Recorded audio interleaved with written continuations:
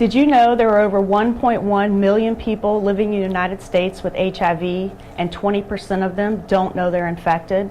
In 2006, National Public Health Guidelines recommended that all adults be tested for HIV as a part of routine medical care, regardless of whether or not they think they're at risk.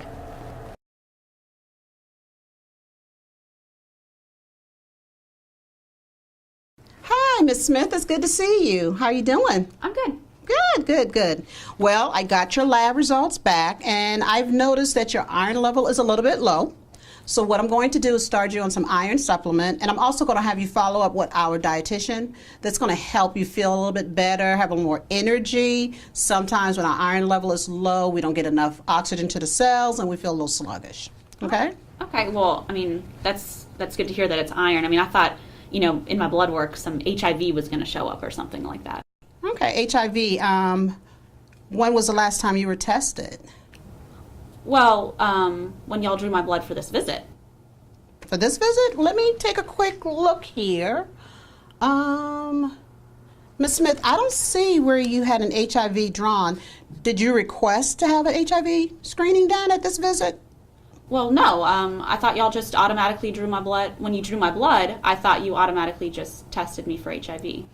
No, ma'am, we don't. You have to give us verbal consent in order for us to test you for HIV. Okay, well, I mean, that's interesting just because when I was in the military, I mean, they would draw our blood and test us for HIV. I mean, it was always negative, but I just thought it was automatically done. You're absolutely correct. When you transition from an active duty soldier to a veteran, you have to give verbal permission in order for us to screen you for HIV. Oh, well, I mean, that's good to know that you have an option, but I mean, I really wish I was told when I was discharged. HIV testing within the VA system is completely confidential and voluntary. While we recommend that you receive an HIV test as a part of your routine lab work, we will not test you without your permission. Your VA benefits will not be affected in any way by your decision to test or the results of your test. While we recommend that you are tested for HIV, the decision is completely up to you. Well, I mean, I guess I should be tested, but what if for some small chance, it does come back positive? I mean, on the one hand, I want to know if I have HIV. I don't want to spread it to anybody. But on the other hand, I don't want to know that I'm going to die. I understand your concerns, Mrs. Smith, but HIV is managed a lot differently than it was 20 or 25 years ago. As long as you take your medication and comply with your treatment, you can easily live a normal lifespan. Okay. Well, I mean, that's good to hear, but, it's just so expensive, all those medications. I mean, I don't have big money like Magic Johnson. I understand most of us don't, but because you're a veteran, all of the medications that are approved by the FDA, you can get it right here at a relatively small cost. So all of your treatments, everything you need, the VA will provide for you. Well, that's good to know, but I really, really hope we don't have to talk about HIV medications. I really understand your concern, Mrs. Smith, and I hope we don't have to talk about it either. But with HIV, you can have it for a long time and not have any of the symptoms. So the only way you'll know if you're HIV positive or negative is to have blood drawn.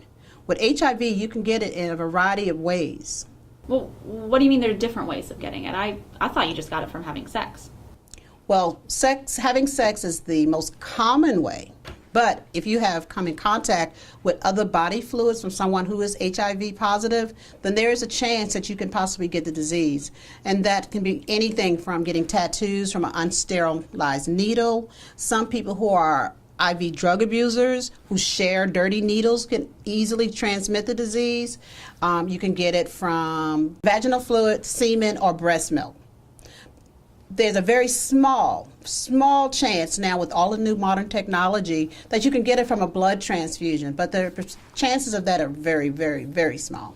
Okay, well, I mean, the only blood I've had on me that wasn't mine was in training. One of my friends got hurt, and I was helping him, but we both got tested. I mean, we were in the military, and we were both negative, but, I guess that could be, one little thing that could have happened, but and then I've been married for about 5 years, and I don't run around on my husband, and I mean I sure hope he doesn't run around on me. Mrs. Smith, your exposure to HIV appears to be low. We try not to use the term high risk anymore. Anyone between the ages of 13 to 65 really should be tested for HIV. There are at least 1 in 5 people who are HIV positive who don't know it. And so they are taking a chance with spreading this disease to others. The only way to know conclusively is to be tested for HIV. Well, that's a lot of good information. I guess I should be tested. I mean, I'm 99.999% sure that I don't have HIV, but, I'd really like to be 100% sure that I don't have it. Mrs. Smith, you are making a brave decision by knowing your status. The VA recommends that voluntary HIV screening be offered to all veterans receiving medical care, even for those veterans who do not think they're at risk. That way, infected veterans can be diagnosed early and receive the most benefits from treatment. If you haven't asked if you want to be tested, be brave and ask for the HIV test.